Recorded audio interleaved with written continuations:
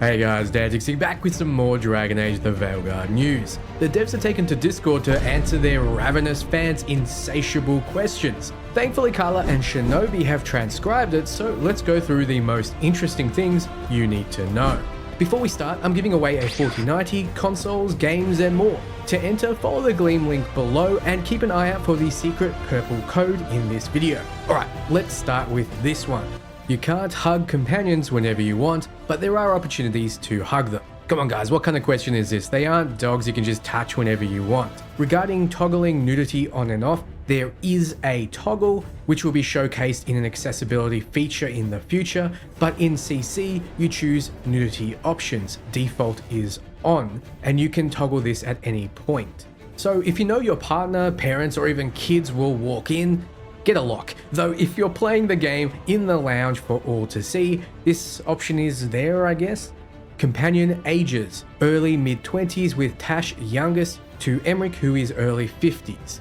Game is directed story missions with optional explorable content. Main story quest is very crafted, but so is side content. Overall, they seem to want to step away from the gathering herbs and shards kind of MMO feel of Inquisition side quests and focus more on the handcrafted nature of mainline quests. So like mentioned, the game won't have the runtime of Inquisition because of less meaningless tasks, but still has far more dialogue and handcrafted content. Will we get the Venatori gear? No, you can't get most, but there is a unique Venatori themed helmet that ties into the events of the game. It seems like there'll be a very large range of gear for us to experiment with and complement our builds. We saw before that even lower rarity gear has fairly large statistical bonuses and you can equip them to your squad. Speaking of, no romances for Rook outside of companion. So that means no romancing Solus, and that obviously means no Varric. I mean, Bianca was his only love and Solus absolutely destroyed her in front of Varric, so I'm sure he hasn't recovered yet. Epela's favorite companion relationship is Bellara and Lucanus, Neve and Bellara. Also, Bush's favorite companions are Tash and Emmerich. Their banter is so good because they don't see eye to eye on necromancy. Maybe they hook up together. Seeing that Tash is the youngest and Emmerich is the oldest, this seems like the kind of thing that people would typically give Emmerich shit for, but hey, you can hook up with his skeleton, so I guess it's just the game where anything goes. Companions can hook up if you don't hook up with them, so that'll be interesting. Regarding party composition for combat, it's beneficial to have one of each class in your party, but not required. Veilguard's combat is supposed to give players more flexibility, but they know players get attached to their favorites. Game is built around flexibility. You can mix it up but have to plan for your party composition. You can do no tank runs. I like the idea that you aren't forced into one playstyle. Seeing as you can only bring 2 companions with you, so 3 characters total to take on enemies, you'd feel compelled to bring a mage, a rogue and a warrior, heavily restricting who comes along. The way they've built it though, if you want a 3 mage party, hell, do it. Your enemies won't know what hit them. Actually, yeah, they will. It'll be magic. Lots of magic. Maybe even some pigeon shit. What's that? Did it hear flapping wings? There may be pigeons nearby. We should be alert. Neve's time slows everything in the world but you and the team. Our assumption was that it was a time slow bubble, but this means that you will be able to set up some crazy combos. Also, it's not just Neve's. Bellara and Emmerich have it too.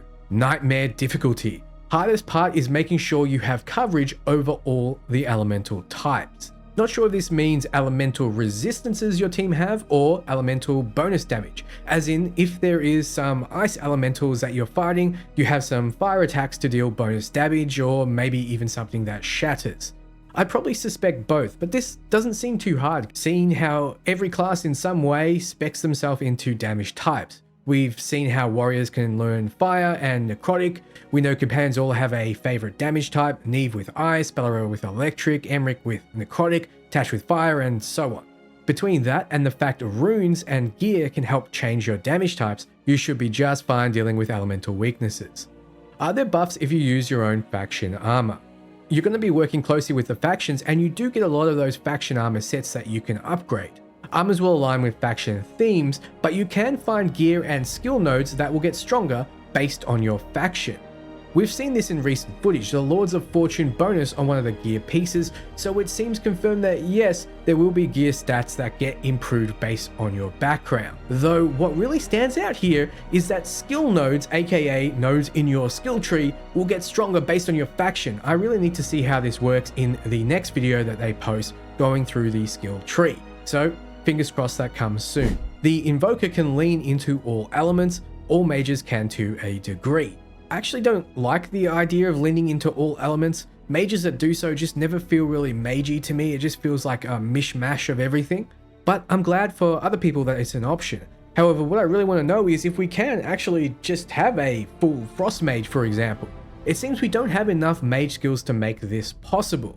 Seems all mages will be a mix of spells across different schools, and I hope I'm wrong.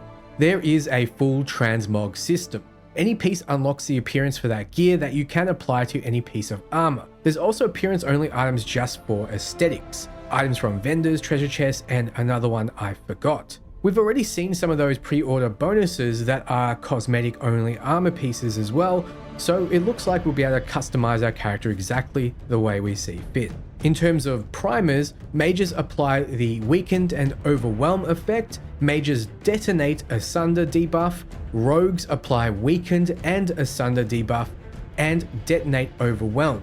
Warriors apply Sunder and Overwhelm, and detonate Weakened. Runes, which I've gone through in a previous video, allow you to break this formula, and this depends on this skill tree, but these are the basics and there is flexibility. She means Sunder, not Asunder, but overall this means that Weakened, Sunder, and Overwhelm form a trio of primers. No matter what class you go, you'll have some way to combo with others, meaning you'll be able to apply a priming effect like one of those three we just mentioned, and someone else, or yourself even, will be able to detonate it for big AoE damage, so picking the right companions that complement your playstyle will be key. What are the mains for multiple playthroughs? Are there varied decision paths and outcomes? There is content based on your decisions, you'll only see through your choices. Even through a couple of playthroughs, you won't see everything. I was worried they didn't have replayability in mind, but I'm more content knowing you can't see everything in a couple of playthroughs as it should be. Why do rogue and warrior abilities look so magical? All classes have access to some kind of similar damage types, there's more to it. They also wanted to make other classes more visually impactful. I was under the assumption that it was because the veil is damaged and magic is seeping into the world and there is magic where there wasn't before. I hope that theory is more than headcanon because a rogue shouldn't be shooting lightning out of his blades otherwise. Can we save characters we make so we don't have to start from scratch? Which is in regard to character creation. Bush says hell yeah, with caveats. In the character creator you can import appearance data from an existing save. Has to be local to the machine you're playing on. Regarding companion quests, they each have their own personal arc. Most of those problems are often external in nature, something is happening that they need help with, and they tie into their personal growth as a character. They want to show these characters grow over the course of the game, and that we help them. Lots of nuance here. If I keep my party the same, will I miss out on missions? You won't miss out on stuff based on who's in your party, but there are certain elements that can change and quests can expire based on how you've advanced the plot and choices you've made. Companions can even show up and help you mid-mission. Davrin has a soft side that develops over time. He has a kindness to him that is brought out by certain companions. He develops rivalries with companions. He knows who he is and who he wants to be. He's not just a warden, he's also a monster hunter and believes in turning it into a skill set. Will dwarves return to more greater bearded options? There are more grander dwarven beards and braids as well. Closer to launch, they'll show off dwarf rooks. Character creator can use any beard options. Carla goes on to say, sorry for any typos, and also some people were asking about character dong sizes and like, come on y'all, this is a dev interaction, please be respectful. The same people who harass devs about dong sizes are the same ones that complain about size, never mind. You get unique dialogue with companions based on factions and heard of you maybe leaving to join Varric. So there might be some tension based on who you've chosen, and I'm thinking the Antivan Crows, for example, won't be happy with you leaving. Can you hide combat UI? Bush says yes, you can turn off damage numbers, wayfinders, minimap, and you can turn off your own health bar, Options are reasonably robust. Surnames are based entirely on backgrounds and will be referenced in dialogue. Can you clarify if Spellblade will be able to use a dagger or staff? There are 2 weapon sets. For Mage, you have staff, /orb, and dagger, which can be changed whenever. You're not locked into a weapon set.